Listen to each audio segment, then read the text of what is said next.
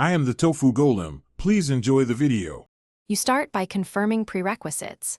Update the game, verify the event is live, and confirm you meet level and currency requirements. Once done, travel directly to the event hub and queue for the spawn instance. This ensures you don't waste time. Make sure your inventory has one free slot and at least 500 coins or the event token ready.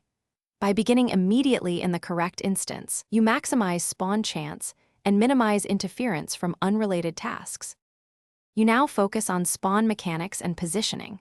Stay within the designated spawn radius and watch the timer closely, because the Panda purse typically appears in 7 to 12-minute windows. Timing matters. Once the window opens, use lure items or emotes that boost spawn probability by about 15% and place yourself near common spawn points.